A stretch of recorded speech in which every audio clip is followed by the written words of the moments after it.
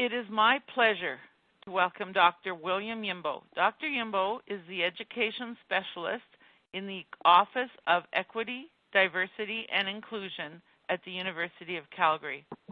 He holds a BA in Political Science and Economics from the University of Nairobi, Kenya, a graduate diploma in International Relations from the Institute of Social Studies in the Netherlands, an MA in Public Affairs, and a PhD in Mass Communications from the University of Minnesota, USA. As an EDI Education Specialist, Dr. Yimbo develops and delivers equity, diversity, and inclusion workshops to staff, faculty, students, and community members. He previously worked as a diversity advisor in Immigration and Settlement Services. In this role, he delivered diversity education and advocated for equity and inclusivity in government services for Canada's newcomer communities. Dr. Yimbo has an extensive career background and experience in the public and foreign policy administration in Kenya, Africa. Again, welcome, Dr. Yimbo, and now over to you. Thank you very much, Nancy, and it is my pleasure to be with you this morning. I hope everyone is doing well wherever you are, and it will be my pleasure this morning to present to you a cross-sectional overview of equity, diversity, and inclusion. This is a topic that really gives us a broad brush overview of issues related to leadership for equity, an understanding of the perspectives and the connections around equity issues, and what we can do and what organizations can do to embed equity, diversity, and inclusion into their systems, practices, and policies. So that we can achieve an equitable environment for not only service delivery, but also for organizational culture and for relationship building with clients that we see. So I just want to, first of all, give a summary of some of the areas that we will be touching on this morning. And among those is an understanding of the landscape as far as equity, diversity, and inclusion is concerned within professional organization and within service delivery. An understanding of the basic concepts of equity, diversity, and inclusion in relation to our work areas, in relation to our roles, and in relation to the issue and contexts within which diversity and inclusion are important considerations. Again, we will also want to talk about the interaction between equity, diversity, and inclusion with respect to and in relation to the day-to-day experiences, whether it is in our formal roles or whether it is from the point of view of our being clients in a service delivery environment.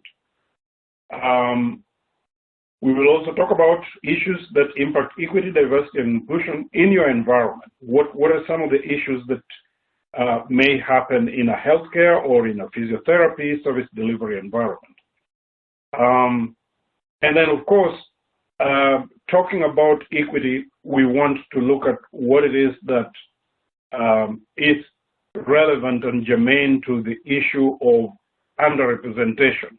How does lack of equity impact people who are underrepresented within the system or within different systems? And then finally, we'd like to talk about how we foster a welcoming, inclusive, and equitable environment in whatever in whatever roles we have responsibility and in whatever type of services that we deliver. So I wanted to, before even going into what kind of reflection questions we should be having in our minds as we have this conversation, I wanted to just give an introduction to what comes to mind when we talk equity, diversity, and inclusion. And I want to quickly just say that EDI, and that is the acronym, encompasses the strategies, actions, action plans, measures that an institution may take to create a more welcoming environment for members of underrepresented identity groups. And we will be talking a lot more about that as we go along. EDI also encompasses the acknowledgement of the changing demographics in Canada, within the systems, within the organizations that we work for. Another factor and another important element of EDI is generally the principle and commitment to social justice, to equity, to inclusion, which of course means an opposition to and action to address such things as racism, oppression, and discrimination. And finally, in part, EDI is the acknowledgement of the systems and structures of inequity that result in oppression and marginalization of underrepresented groups. So, in sum, when we think about equity, diversity, and inclusion within an organizational context, we think about examining where our actions, plans, measures are configured to focus and address inequities and lack of inclusivity and lack of acknowledgement of diversity and all that entails. So I then want us to talk about, as we go into this discussion, what are some of the things that we need to be thinking about? We need to reflect on, one, what do these terms mean to us in our context? Equity, diversity, and inclusion. Have we, for example, experienced being treated equally versus being treated equitably? And do we make a difference between equity and equality as a system, as individuals, and as organizations? And then we also want to reflect on how it feels to be included and how it feels to be excluded. How does this impact an individual? And when we think in those terms, we are thinking about, is the organizational environment in which we play a role of this, provide our services, inclusive or non-inclusive? And then, of course, we want to think about the intentional effort or measures to create a sense of belonging for others. This is an elusive idea. It's elusive because people don't often think about, how do I create a sense of belonging to a client that comes into my clinic? But it is in a large measure a very important aspect of inclusivity. It's a very important aspect of creating a welcoming environment. So, in context, when as an organization, as Physiotherapy Alberta or any other organization, when we think together, we need to think about whether we are looking at equity, diversity, and inclusion as an outcome, something that we need to do, something that we need to attain, such as a certain percentage of a mix of our clients that includes a broad spectrum of people of different identities, such as people of color, or a certain number of programs, or a certain number of adaptations of programs. An outcome is something that we can check off a list.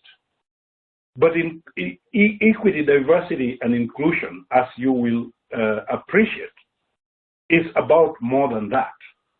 It is not a destination, it is a journey. It is a journey of cultivating systems, creating organizational cultures that are adapted to the acknowledgement of the diversity of our organization. It also includes the intentional effort to diversify organization. So who works where? Who sits on the hiring committee? Who sits on the welfare committee in the organization? Who sits on decisions about changing policies to accommodate the needs of people with disabilities and so on?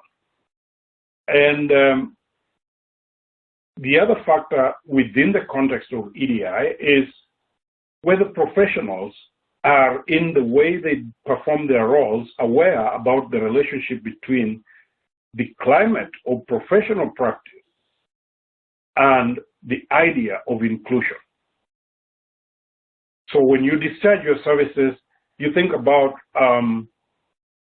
how does my professional practice look like in the context of the different intersecting relationship dynamics within an organization, between clients that come from different identity groups or different socioeconomic backgrounds, or different nationalities and different ways in which the one can be different. It's important to be in a place where we are aware as professionals that there are factors that impact the inclusivity of our services. The other factor is to what extent are EDI values cultivated into the way that the physiotherapy practice is delivered. Do we look at, do we have professionals that have cultivated competencies and skills that are related to sensitivity to race and ethnicity and social justice? So in other words, could I say to myself that this physiotherapy practitioner is approaching his role through an EDI-informed lens? He is equity conscious, is conscious and acknowledging of diversity and the differences and the implications of those differences within a professional context. In a broader way, the beginning of the journey towards equity, diversity, and inclusion starts with a commitment to creating, supporting, and maintaining a working environment that is free of discrimination, harassment, bullying, intimidation, and disrespectful behavior. But you could go further and say it is a commitment to removing practices that produce inequity within that system. Those practices could be at the individual level, they could be embedded in the policies and organizational culture in any particular organization. Another factor in the commitment to EDI is the deliberate effort to adapt professional practice to reflect the growing diversity of the Canadian society. In other words, we have systems, practices, policies, and institutional orientations that were configured without the current diversity of the society in mind. And so they may be, to a certain extent, maladapted as systems of professional practice. And so a commitment to EDI is the acknowledgement that we need to readapt or retrofit our systems to reflect the new diversity of the society, of the Canadian society. And that could mean the traffic of clients that you see is ever changing. Whereas you used to see people from a particular racial group or a particular socioeconomic class or a particular gender identity group, you now are beginning to see a mix of these identities. So quite obviously, the methods and systems of professional practice have to adjust to acknowledge these changes. Also, in a growing diverse society, we also have to assure that the practices that we have in place meet the needs of the diverse communities that we serve in Canada. So that would mean that we get to understand the nuances of intercultural differences. We get to understand the nuances of individual limitations, the nuances of the differences between the systems in which these individuals have been accustomed, and the changes that, the implications of changes that they might experience when they come into our practice. So then, of course, we have to adapt those practices to meet their needs, to meet the needs of this complex and growing diversity in our society. So today we have clients from more than 100 countries around the world that were never here when we set up systems of practice. And obviously their expectations and their orientation towards our services, towards our intercultural interaction is different than what we are familiar with. So these are important considerations in getting to enact a commitment to equity, diversity, and inclusion. Next to that is when we do have the understanding of the implications of equity, diversity, and inclusion, what kind of goals then at the organizational level, or even at the individual level, are we going to put in place to ensure that we are progressing towards equitable and inclusive systems? One of those is representation. That, among other things, we will not fulfill the acknowledgement of our diversity without paying attention to the compositional diversity of our systems. So we will need to create service delivery systems that represent inclusive environments. That we have a receptionist there, we have a clinician here, we have a manager here that now comes from a different cultural background, because we will not be successful in cultivating a representative environment if we do not have that representation. The other goal is to ensure that our transformation towards providing for an equitable and inclusive environment involves integrating EDI values and principles into the policies, practices, and into all areas of experience. And within our clinics and within our professional systems, we have lots of, the fabric of practice includes a lot of things at the individual level, at the institutional level, at the non-formal organizational cultural level, that in one way or the other impacts the movement towards transformation. There are rigidities within systems that have been here for a long time, and we're not just going to wish them away. So we need to deliberately cultivate EDI values and principles into the policies and practices. But we must begin by identifying where those policies and practices impact transformation, impact change. And then, of course, with regard to inclusivity, our goal should be to have an EDI-informed practices in the service delivery system. So that we are not, if we look at a form that, an intake form, we have to look at it with attention to whether it skews information sharing that is not sensitive to cultural preferences of the individuals that we serve, for example.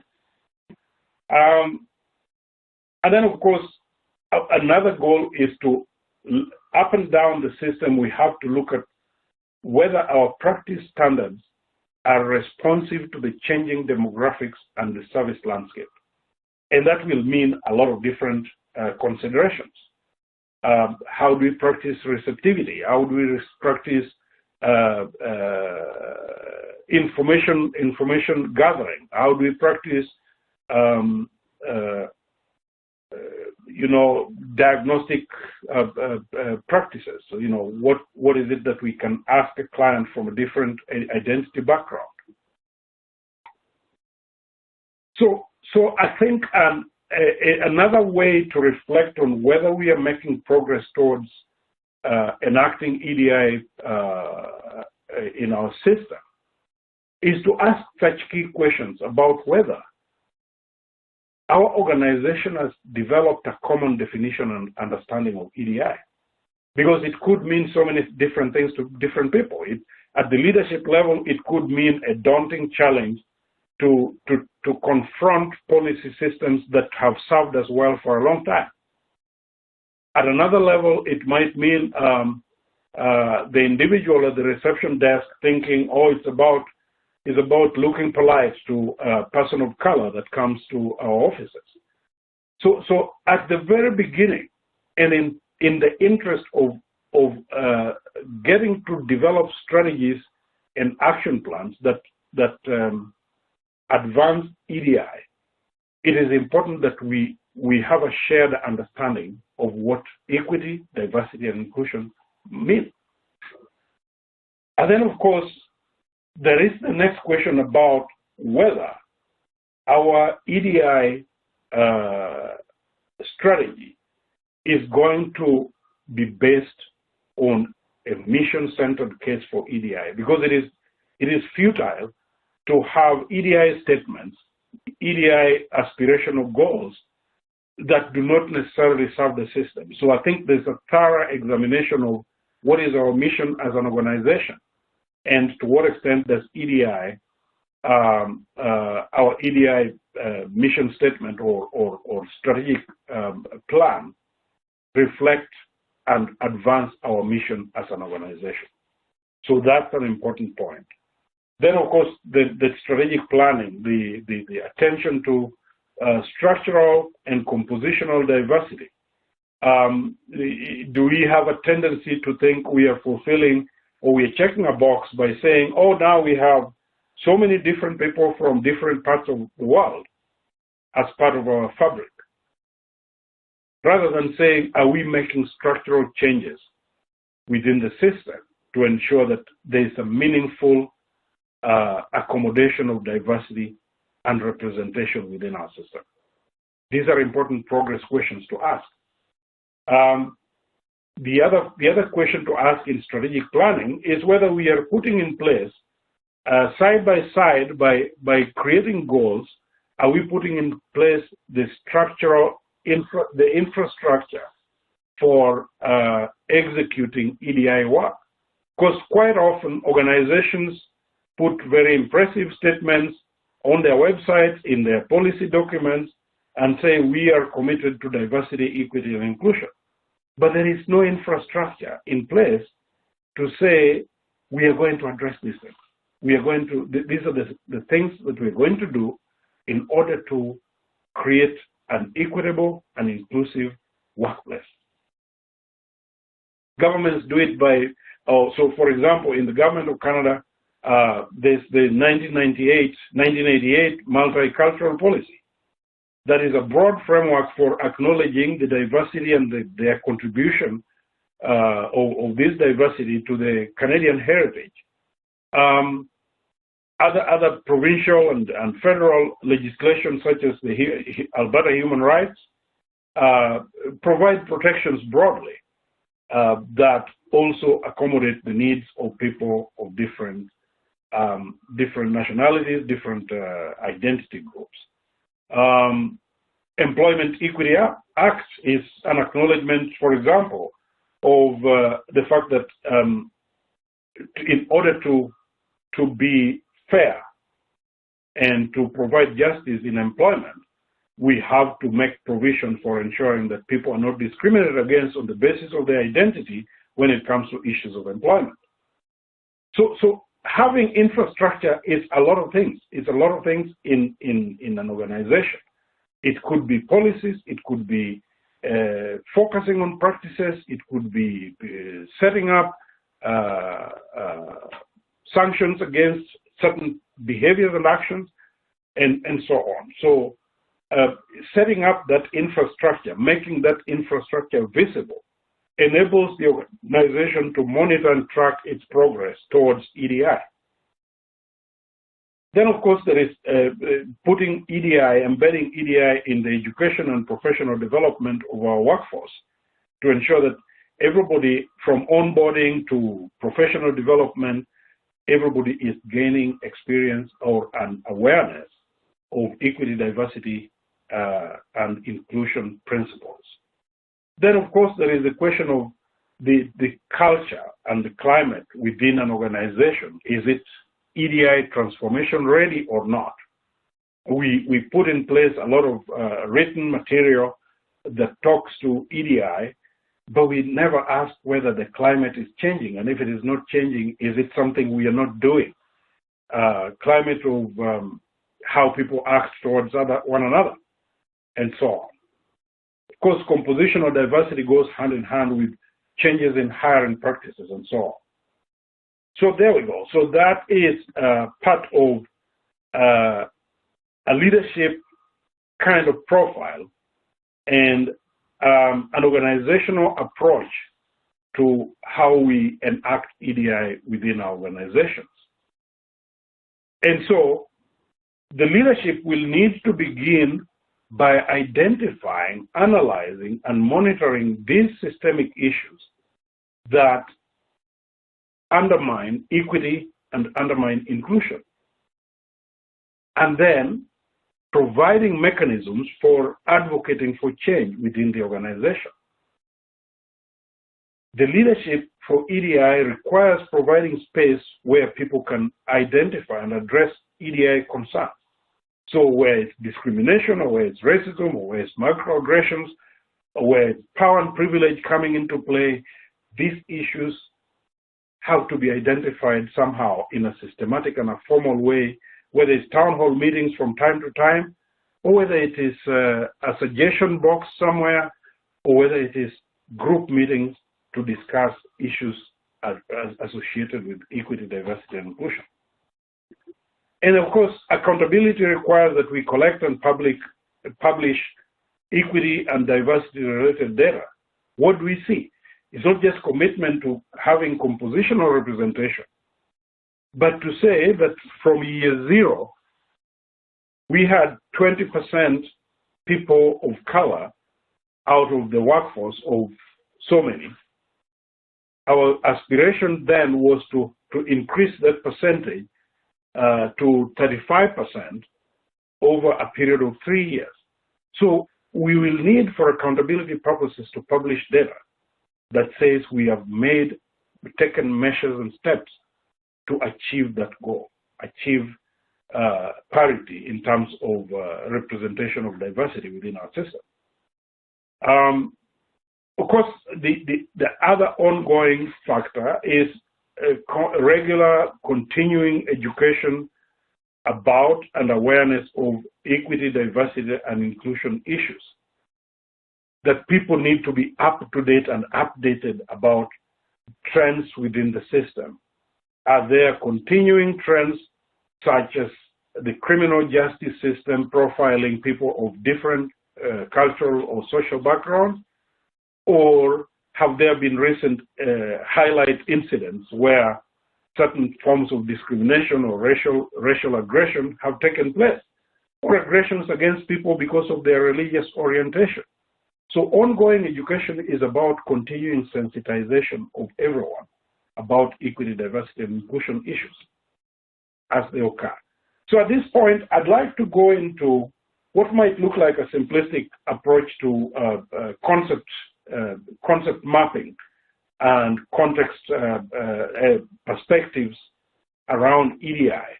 But I think it is important for us to focus on the key concepts of equity, diversity, and inclusion and situate them within the problematic about EDI within organizational settings. All right, so I want to begin with diversity. And when we think about EDI, it feels more like a formal policy requirement for us to act in particular ways within our organizations.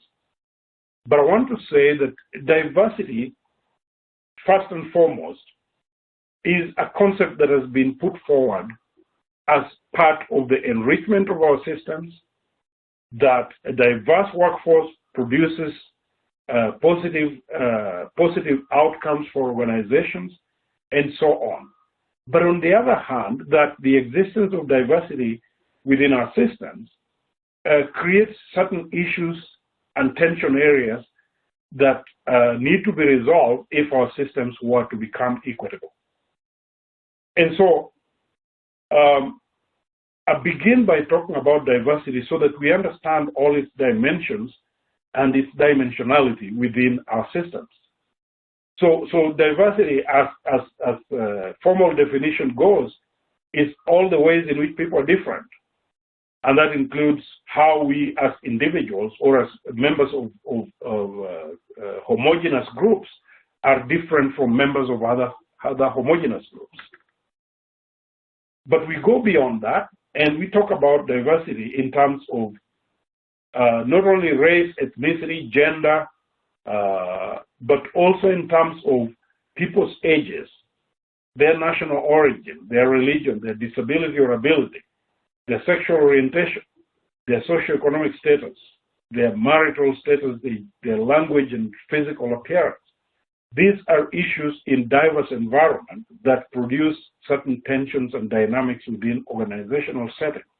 And we need to understand them in the broadest sense if we were to plan appropriately and if we are to apply ourselves and our roles in appropriate ways in coming to terms with this diversity. So, the dimensions of diversity can be looked at in so many different ways, but we look at them from the different strata of our differences, from our personality to our unchangeable uniquenesses, to external variables, to organizational variables, as you can see here. Our differences in professional calling, our differences in types of employment that we are in, our differences in terms of our expertise, down inwards to the differences between our ages, gender, some of the things that we can't change. So there are so many different dimensions of diversity that come into play within the work environment, within the professional environment, that have an impact on how an individual experiences their day-to-day place within a larger fabric. Okay, so you could draw this visual here and populate it with all types of dimensions of difference that could be unique in your organization, that could be unique in other organizations. In one organization, they probably see clients who are from a higher socioeconomic strata. So diversity for that organization might be that when we begin to see people from lower socioeconomic statuses, then we are beginning to see diversity. Or we generally see male patients here. And when we begin to see others that are of a different gender identity, our diversity then begins to take place. And then, of course, it begins to intersect with how we discharge our services. It begins to intersect with how people experience our services.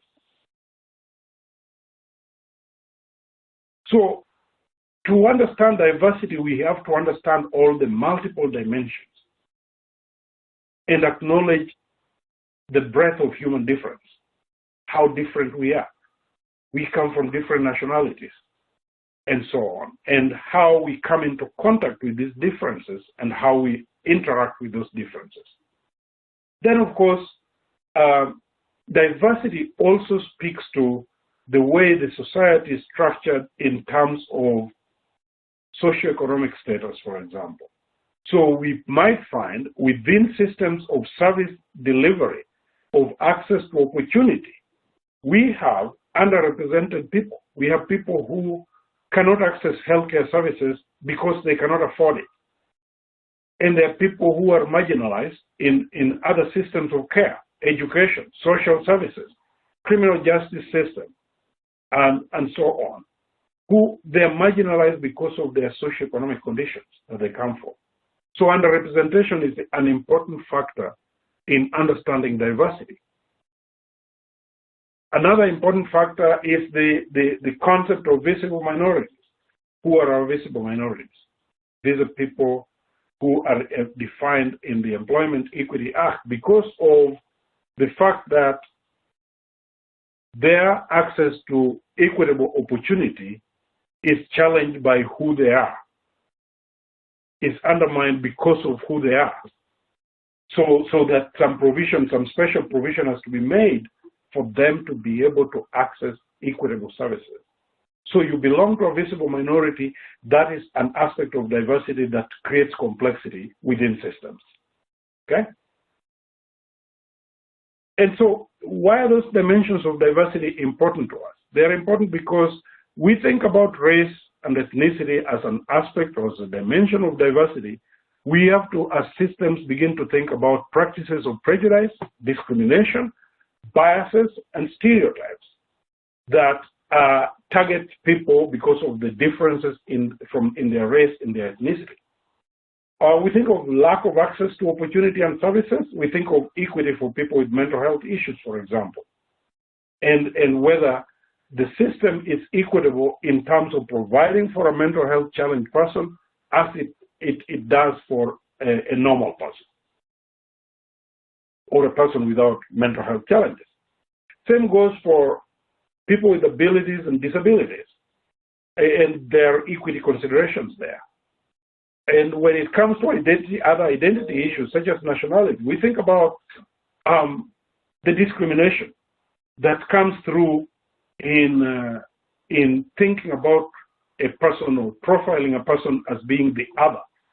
And we do that in different ways. We ask them, where are you from? And questions like that. So again, prejudices and microaggressions appear here.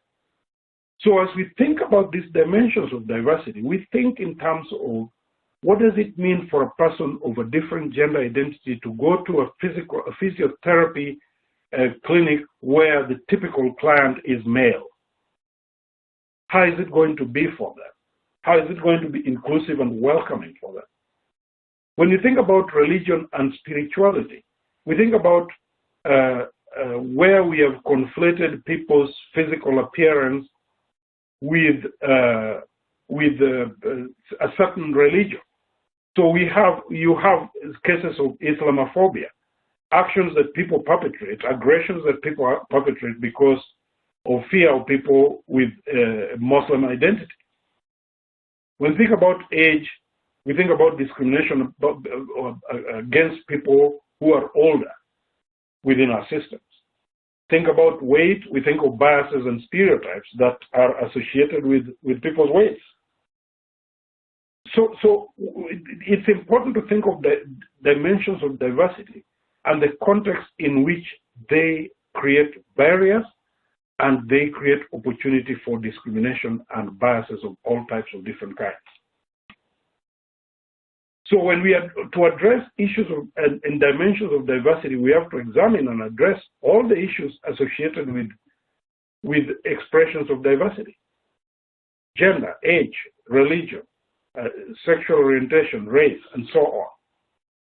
And the work that we have to do, the EDI work that we have to do, will focus on exploring how these dimensions of diversity impact those concerned, and what policy interventions and advocacy and educational workshops and awareness campaigns we need to carry out in order to create a broader acknowledgement and acceptance of diversity.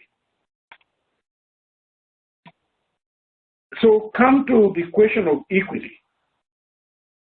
So equity is as it says here, the fair treatment, access to opportunity, and advancement for all people.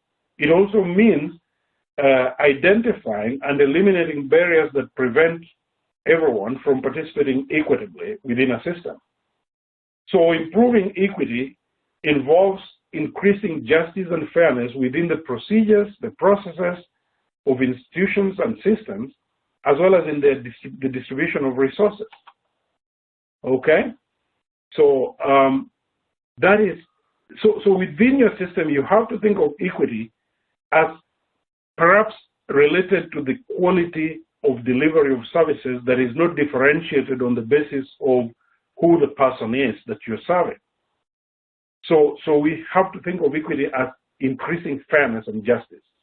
And that has to come from changing the procedures and systems within our processes within our systems.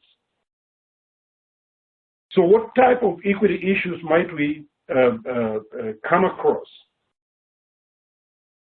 It may be in mental health, how our service providers can support the emotional well-being of underrepresented people within their systems. Whether your organization provides equitably for people with disabilities, people from LGBTQ communities, and other gender minorities. When we think of equity issues, we think about what provisions are in place for accommodating the equity needs of underrepresented groups. In what ways are we addressing identity imbalances in hiring and in organizations' composition of the demographics? And then whether our institutional policies and practices promote equity or do they promote equality? And this is an important point to make because there are differences between equity and equality. And whereas a lot of organizations have policies that they consider are fair because they provide for equality without understanding that when we think in terms of equality, we are thinking about placing people on the same pedestal, that they come from the same circumstances, that their needs are uniform, are the same, and that we must approach providing for them with the same policies and rules. But that is not really the case, because a person with physical disability has different needs within an organizational environment than a person that is physically able. Person with visual impairment, same. Person from a culturally marginalized or underrepresented gender identity group might have different needs than a person from a privileged gender group. So the question then becomes, with equity, how do we address all these issues within our policies and practices? So we thought about this in education. We thought about when we think about students, for example, we think about student outcome, and we think about any disparities that might be revealed when we disaggregate data by race, gender, ethnicity, socioeconomic status. And when we analyze that data and say, oh, students from this identity group usually get worse results, worse outcomes than students from a different identity group. Then, of course, that disaggregated data revealed to us that there are equity problems in this system. The same as how we look at people from historically marginalized identity groups and their outcomes within systems of service provision, for example, within the system of education. And then we look at the struggles that people from underrepresented groups have had in their lives. Then we look at the fairness in allocation of resources on the basis of who has greater need, and does the system recognize that greater need and accommodate it equitably.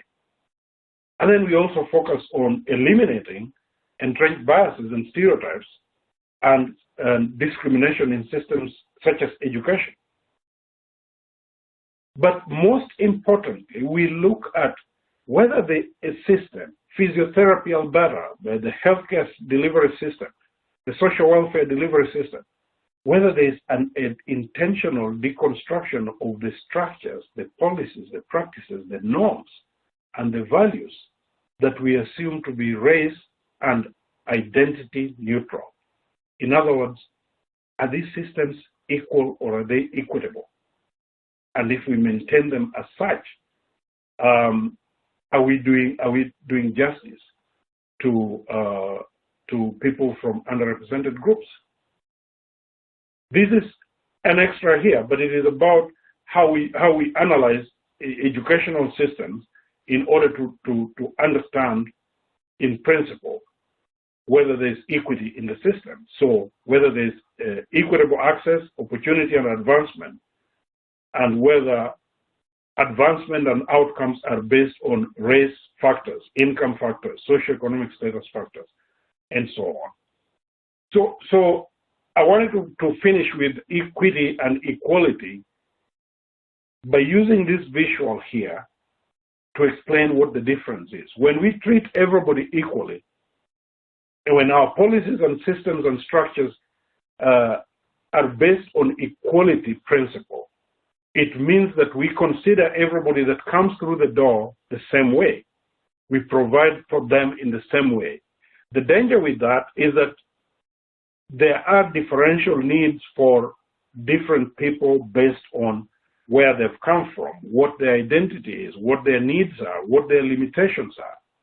So equity provides a system in which we assess each person's needs based on who they are, where they've come from. Do they come from a history of marginalization? Do they come from a lower socioeconomic status? Do they come from a gender expression or gender identity group that is typically discriminated against? And so how do we provide for them?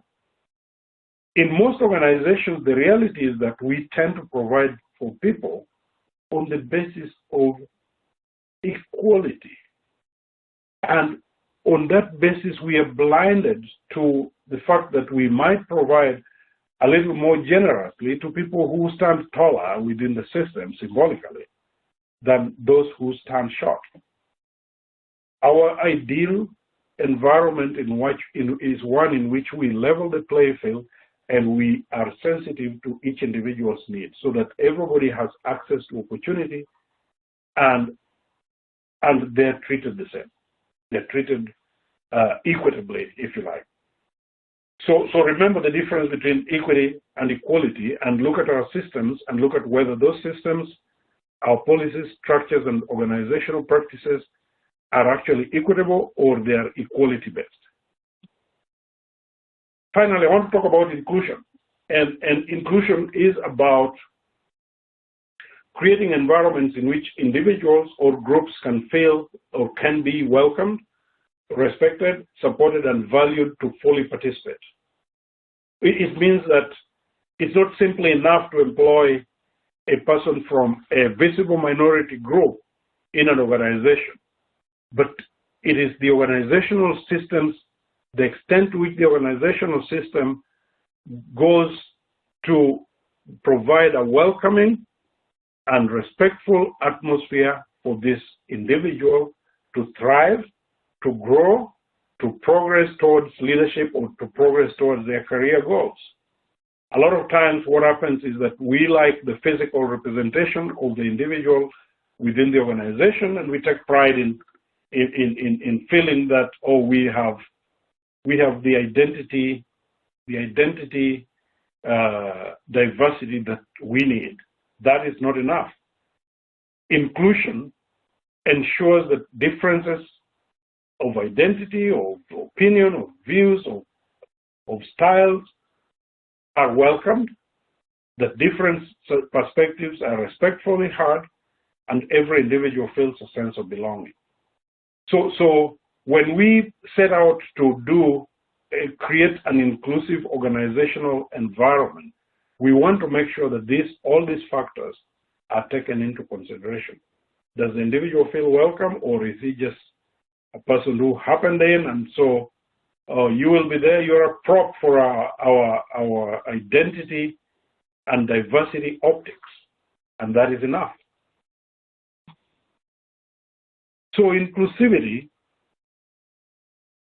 encompasses the many issues related to gender, race, ethnicity, class, sexual orientation, physical ability, and so on.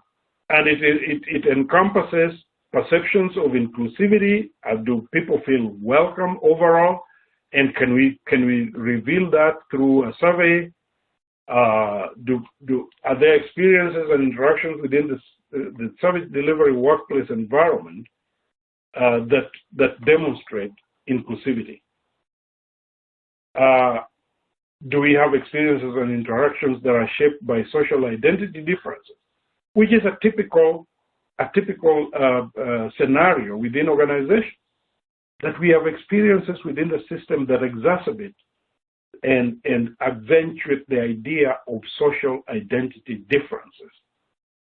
So we go to a company social, and people from one race gravitate towards,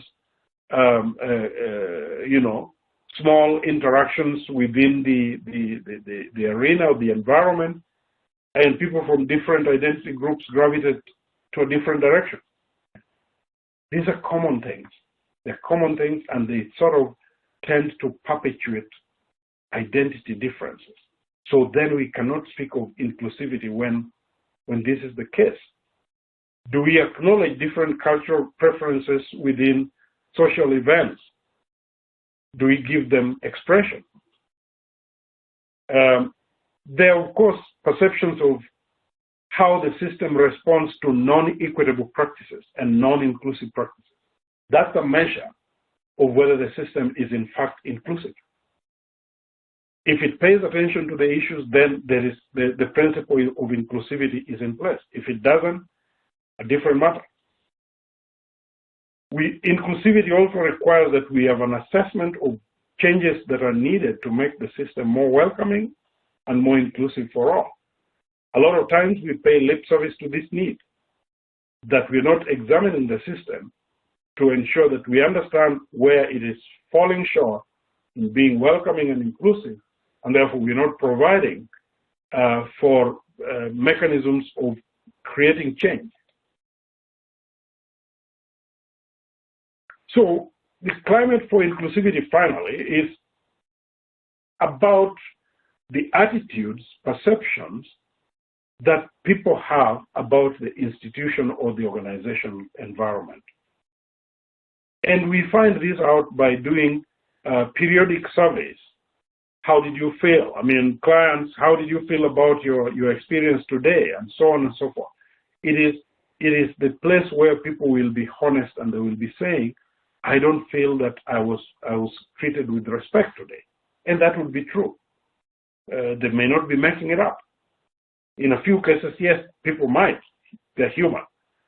But in a lot of cases, it is the place where people say, my perception about this place is that it is not professional, it's not welcoming, it's not inclusive. Climate also includes the current attitudes, behaviors, and standards and practices within an institution, be they individual, be they institutionally reinforced, be they organizational culture reinforced. It is that climate that defines whether the system is inclusive. Okay, I want to go very quickly over the rest of the presentation so that we can leave a little time for Q&A. It's important to examine organizational climate because practitioners and leaders then better understand the feelings, beliefs, and attitudes of their clients. If you don't do that, then we are working blindly. And when we understand that those perceptions, then we can institute change. So climate matters because it is the barometer. It says what feelings there are out there about the organization, both by its members and by its clients. And then of course, we have to think more clinically about what are those things in the climate that become issues. There are things like racism that we may not monitor easily, sexism, homophobia, isolation of people because of their identity background, and then the overall institutional ethos, how the institution acts and what kind of orientation does it have towards its environment. And issues that are related to climate are issues of the level of respect available, conflict resolution systems, interest in awareness of and interest in EDI values, engagement on EDI issues, whether it's in social chit-chats and town hall meetings and informal gatherings and intercultural exchange. I think it's important that people the extent to which people are exposed to diversity, that also educates people gradually towards practicing diversity-friendly behaviors and cultures. So the ideal inclusive climate is one in which people feel respected, their views are valued, they are able to contribute meaningfully to the organization, and they perceive their environment as welcoming and fair. So I wanted to point out that we do climate surveys in order to find this out, and I think it is a good practice for organization to find out its inclusivity helped by finding out more about how people feel about it.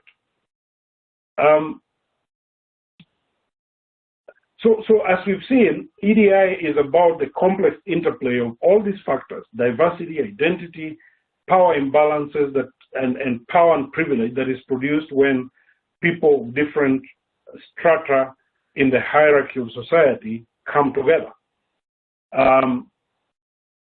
It's about the implications of diversity and the role of identity in organizational formal relationships. And it's associated with our gender, religious affiliation, and so on. It is about the practices and experiences of inclusivity or lack of it.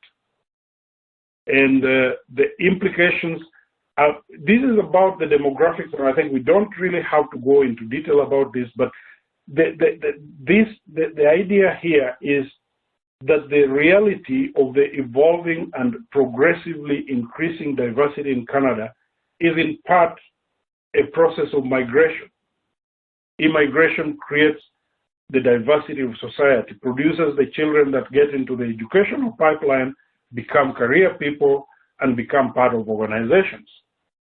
It produces the language profiles, the cultural profiles that create a diverse and complex environment all around. This is about the source countries, the key source countries of diversity demographics in Canada. And as you can see, it represents quite a big population, going to 20% of the population that is foreign-born. This is about the demographics of Black people across the provinces. So the diversity, the sources of diversity of the society is not just the migration, but it's also people who have been marginalized over time, like the indigenous populations. So when we think about equity, diversity, and inclusion, we think about equity and inclusion within service delivery. We think about underrepresentation or lack of access to resources for the underrepresented. We think about practices of prejudice, which is the attitudes, perceptions, and the climate it produces within organizational setting. We think about stereotypes and profiling that makes an individual's experience very sour on a day-to-day basis. We think about the systemic, the individual, the institutional discrimination that makes the organizational environment very unwelcoming and very non-equitable. We think about power and privilege that as a professional you may display. You may display not only professional power and privilege, you may also display white privilege, for example, which is a behavior, forms of behavior that lessen the other person within the organization, within a service delivery environment. We also think of unconscious biases in the quality of services that we deliver, that we unconsciously are biased against people that are not like ourselves. We think about the microaggressions that color the climate of interpersonal interactions in any environment. We think about the visible minorities and the barriers and the challenges that they face.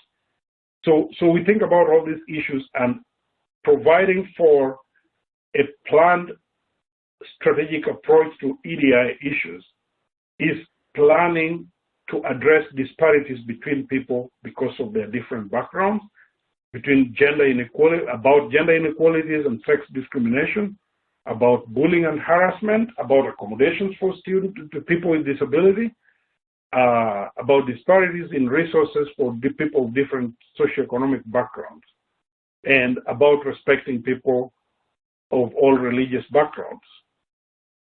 So, as organization, as professionals, we have to think about experiences of underrepresentation, because that then discourages us from certain practices. So, being aware that people of color and women disproportionately experience stress due to discrimination is important.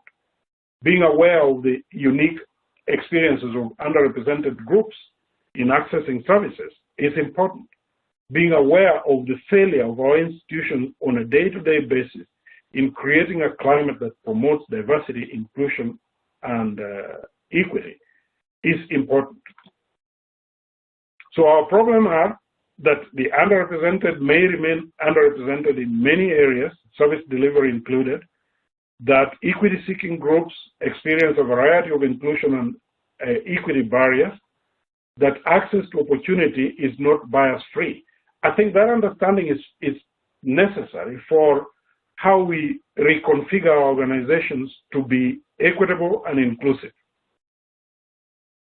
So this is about what happens to low-income, first-generation LGBTQ in underrepresentation is that they remain a very small fraction of the service system. They access service systems with difficulty and challenges. Women and minorities remain underrepresented and are underserved. There are inadequate accommodations for people with disabilities. So when you're action planning for EDI, you have to implement strategies that enhance equity and inclusion, which may include developing and disseminating information to practitioners on policies and expectations, building awareness of issue areas, creating an EDI-sensitive service climate, and motivating behavior change and promoting learning of new experiences. So in planning that, those are some of the things we may do. Other thing we may do is continuing education and training and programmatic activities that will help your organization to reflect on EDI issues within the professional environment, create an atmosphere that demonstrates sensitivity to equity and inclusion, foster a diverse and inclusive environment that respects all individuals and promotes equity, increase awareness of cultural differences in beliefs, values, and norms, support an atmosphere where continuous growth and development is possible. So EDI education is a very important part of this journey, and it is about creating awareness of issues, reducing prejudices and bias, improving intergroup communication and relations, and increasing knowledge, skills, and motivation to contribute to a positive working environment. And when we do have EDI education, it provides us with a common language and framework for understanding EDI, offers us the foundational knowledge necessary to support continuing learning and continuing development within organizations, and supports our institutions' EDI initiatives. Among other things, EDI education provides training on implementing EDI initiatives, implicit bias, intercultural competency, microaggressions. All these training topics are covered because then practitioners and professionals and workers get to have a holistic understanding of the issue areas of EDI. And there are many ways to do this: presentations, workshops and exhibitions, organizing events, observing calendar events that are significant to different groups, and so on. So at a personal level, at an individual level, you want to increase your awareness of the various dimensions of diversity. You want to understand the sociocultural identities by examining your own sociocultural identity and how these interact with others' sociocultural identities, and how that shapes your relationship with them. Examining our own attitudes and perceptions and the feelings that we have about various aspects of diversity, and understanding EDI, making a commitment to increasing our understanding of diversity issues. So that brings me to the end. I think engaging in self-reflection, as I just pointed out, and discussion about issues such as power and privilege is essential in addressing individual systemic inequities in our community, and being aware and honest about our personal perspectives and how these may or may not contribute to biases that in turn may contribute even unintentionally to prejudice, inequity, isolation, and exclusion and marginalization. All of that is important. I think as you go away, I want you to reflect on your personal perspectives and how your personal perspectives can change and can contribute to the overall change within the organizational setting, within professional practice, and within in the ethos and culture of the organization towards equity, diversity, and inclusion. Thank you very much, ladies and gentlemen. And now I leave the floor for Nancy to raise the questions that you might have written down. Thank you. It's been a pleasure talking to you. Thank you so much, William. And such a huge topic, and obviously, you know, we can't cover it all in a 90-minute session. So I think you've given people a lot of information on where they can start reflecting and moving ahead. One of the questions that has come in, and that is relevant probably to the majority of people who are participating at this point in time, is if there was one tangible, concrete thing that one of our participants could implement today into their practice to support EDI, what would you suggest that action be? Yeah, that's a wonderful question. And you can see, and you'll appreciate how difficult it is to pinpoint one thing, because there is a holistic approach to EDI, which requires understanding the dimensions of diversity and the sensitivities around diversity, but also the organizational commitment to diversity and the establishment of practices that lead to a better environment. What I would say is, at the individual level, examine yourself, expose yourself to the nature of diversity in our society, and then educate yourself about issues of equity and inclusion, and then practice understanding and self-application towards intercultural competency. Then you will find that you redevelop your receptivity to EDI in a far greater way than if you're just trying to conform and align to organizational expectations. Okay? Perfect. Thank you. So individual self-efficacy is going to be very important. Right. Right. In professional preparations and practices, how do you respond to the issue of standards? How do we juxtapose the issues of maintaining standard, whatever those standards are, with liberational measures that may be considered or seen as loosening of standards? Yeah, that's a common question that arises all the time, especially, for example, when we talk about implicit bias in hiring and selection. And at the university, they will tell you, academics are academics. You cannot lower standards because you want to accommodate diversity or you want to be inclusive and equitable. And the question that I often ask is, where does it say that maintaining standards is inconsistent or in divergence with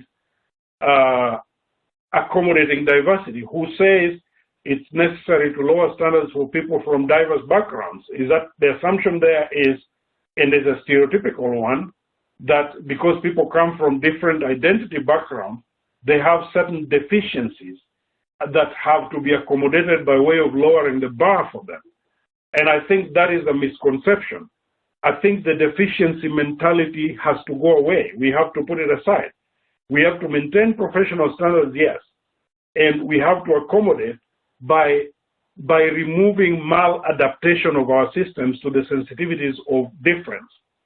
And I think that is what we need to do. I don't think that lowering standards is an expectation in enacting EDI principles.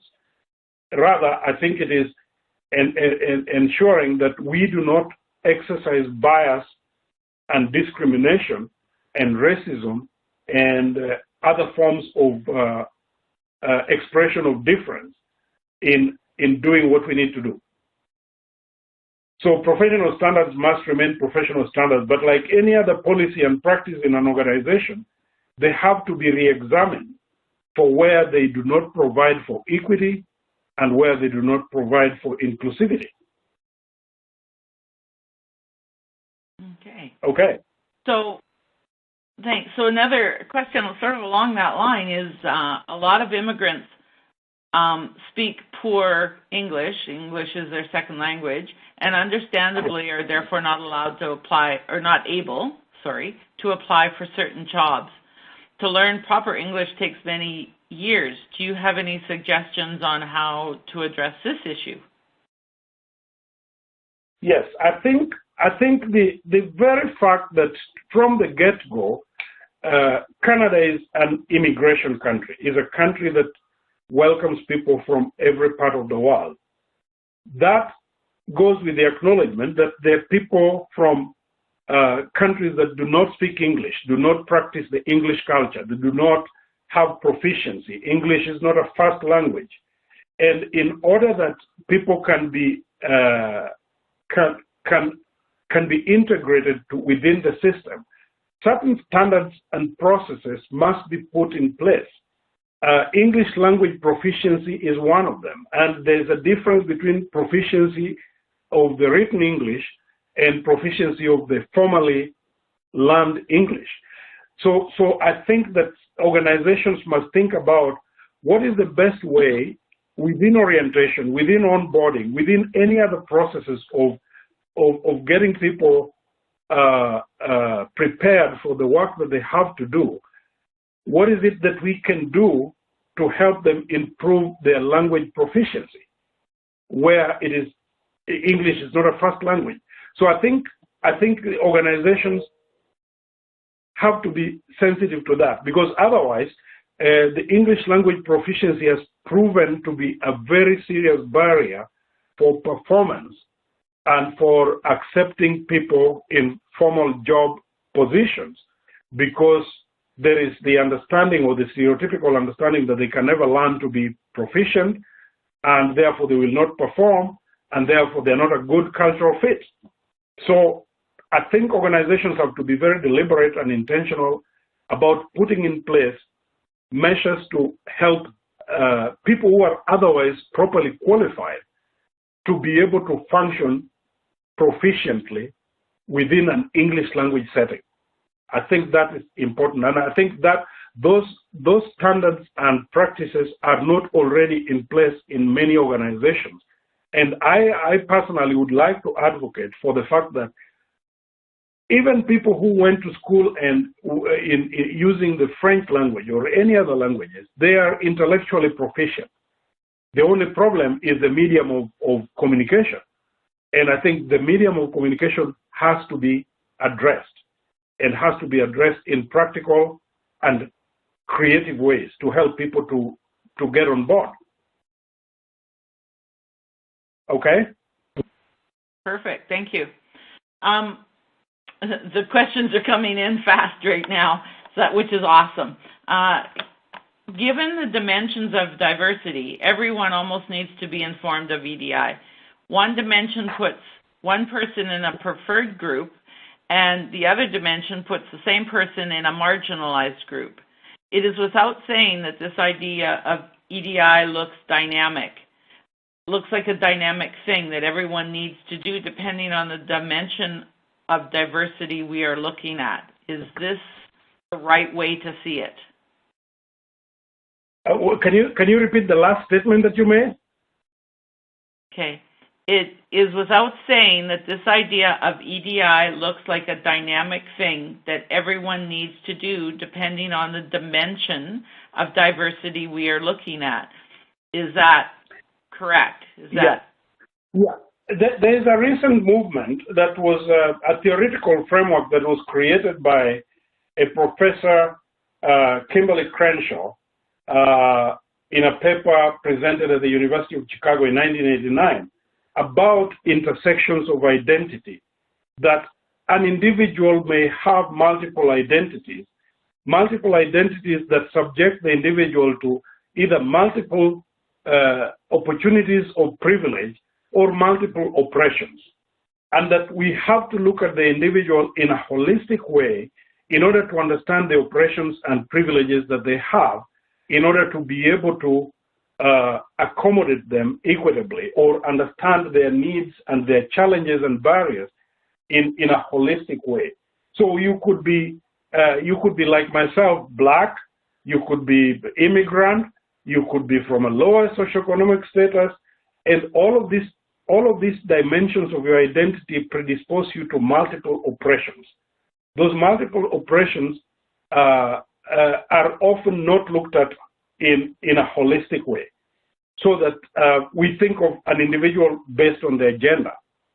And then we miss the complexity of the fact that they might also be LGBTQ, they might also be people with disabilities, and that they might be experiencing multiple. So when we set up policies to provide for EDI, we never look at the multiplicity of oppressions that individuals experience. So the approach, the intersections of identity approach assists organizations to better understand and address the multiple barriers and disadvantages that individuals with intersecting social identities such as race, ethnicity, gender, sexuality are facing. And the organization necessarily needs to have that broad understanding of identities and the oppressions or privileges that they produce. Does that kind of answer you? I think so. So a couple of people have want a little bit more information on if I want to learn or understand a person's culture or background, what is a sensitive way to engage the person without creating an othering situation or unintentionally committing, for example, a microaggression? How do we approach that in a way that isn't? Yes. One, a common sense answer for me would be interact or do your interaction in the way you do it with a person from your own identity group, respectfully and with a degree of reciprocity that is not hierarchical. A hierarchical degree of reciprocity is often condescending, is often othering, and so on. But that is on one level. On the second level, I think it's important to understand that when people come from different cultural identities and backgrounds, there are often different behaviors and practices and different nuances of communication that we have to take into consideration in order to be sensitive to the above the surface tip of the iceberg. We have to be able to look beneath the surface and see what depth of cultural uniqueness this individual brings, and then determine our communication with this individual on the basis of the principles of respect, inclusivity, reciprocity, and anything that ensures we are sensitive to what we don't know and we navigate carefully around what we do not know. Otherwise, a lot of times we deal with people without understanding the traumas that their backgrounds may bring with them, without understanding the cultural sensitivities they have. And by doing that, we alienate ourselves from them and we create a hostile environment that often is not our intention. It's not your intention to create a hostile environment, but there you are. You just ask me about the foods that we eat in my culture in a way that suggests to me that you think those foods are primitive or not normal. Whereas you might ask, I would like to sample some of the food that you eat, that you cook. What is your cuisine like? I'm sure it's fascinating. I'm sure it's interesting. You have to positively reinforce or create a positively reinforcing conversational environment in order to elicit reciprocity. That's what I can say. But I think more importantly, the formal way to do this is take courses or classes or workshops on intercultural competency, because you will understand such issues as colonization and the mentalities that colonization produces, and oppressive systems, and how oppressive systems interplay with intercultural communication. And so that's how I would answer that. I think in a more focused workshop, I think we will talk more deeply about intercultural communication, intercultural competency. Perfect. Okay. There's a couple of questions related to looking at, how often would you recommend an organization survey the makeup of their local community culture to determine whether their staff, and I would suspect clients, are representative of the local community? And along with that, are there specific survey templates that you are familiar with or would recommend to help clinics or clinicians regarding clinic self-assessment, as well as how clients feel the clinics are performing with regards to EDI? Yeah. There's a part of that question that I don't understand very well, but, I think in principle, feedback systems are important for understanding perceptions that people have about the organization.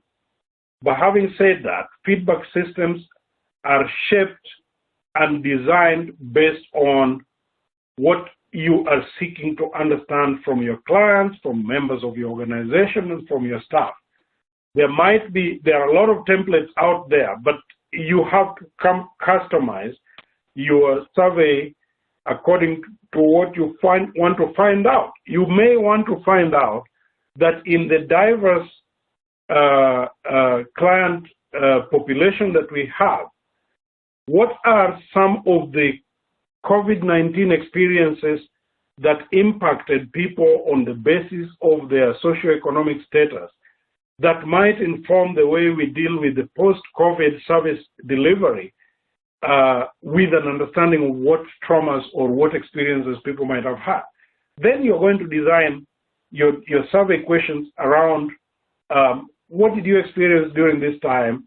How does it affect how you are able to access our services, or what you'd wish us to see us do, and so on. I think you generally will shape your surveys and feedback forms on the basis of what you want to learn and how it's going to inform what you might do going forward. So it was a question partly about how long should that survey be? No, it was around how often should owners or clinicians look at the makeup of their local community culture? Like, should they be looking weekly, yearly? I would say the best surveys are, most surveys are based on people's experience, and experience is not often instantaneous. It's not the thing that happens within a week. Experience is a protracted thing. We experience things, and over a period of a year, we might be able to formulate our perception about those experiences. People who come to a clinic might need to come 4 or 5 times before they're able to say, well, I quite often experience this consistently. So I think the surveys should be periodic. At the university, we probably want to do surveys at the end of a semester or at the end of the academic year, in your system of service delivery, you might want for direct client feedback forms to be administered on every visit or over a period of time. I guess on every visit because you're not sure the client will come again. So I think the design of your survey should be informed by what you want, what information you want to generate. And how do you want to know about how your immediate community feels? You also want to conduct a survey or focus group discussions if you have the time for it, and just assemble opinions across a spectrum of, across different demographics, and then you'll have the kind of opinion that will inform how you shape your organization with regard to EDI. Okay. Thanks, William. We have a few questions, and I'm not sure if you are able to give a clear answer or not, because they're related to providing to promote equity versus equality, basically, or to overcome barriers to receiving care due to financial discrimination or limited resources. When not everyone can afford to pay for their services, whether privately or access in the acute care system due to limited resources. How would we address that, or how could we address that as an individual to promote equity versus equality?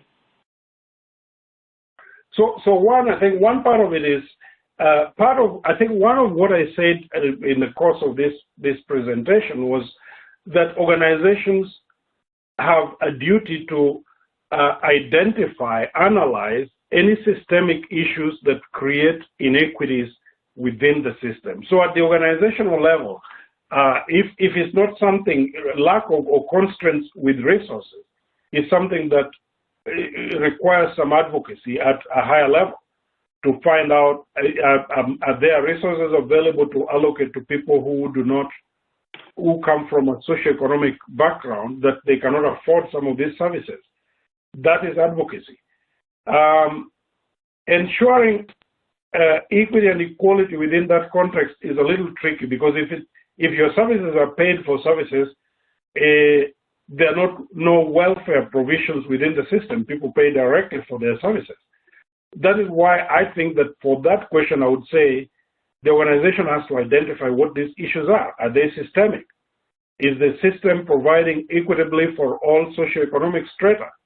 And if not, what can be done in order to ensure that people can afford or have access to services without regard to their socioeconomic abilities? So I would say that advocacy is a big part of it. I would say that if you have policies within your system that are based on an equality principle, you want to examine them to ensure that those policies are varied or redeveloped to be based on equity as a principle. That's how broad I can answer that question. I don't know what I can say about affordability and non-affordability for privately provided services. Perfect. Yeah, I mean, such a challenge for so many individuals. Well, sorry.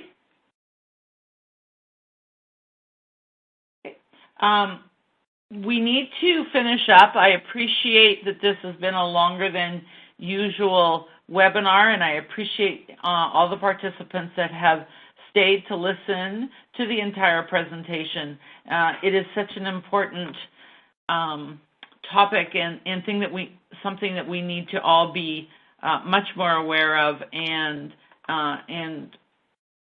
self-reflective of, so that we have a better understanding of where we are and how our unconscious biases, etc., affect how we react and relate with all of our clients, our colleagues, and anybody that we meet in the general population. I would really like to thank Dr. Yimbo for this informative and very interesting presentation.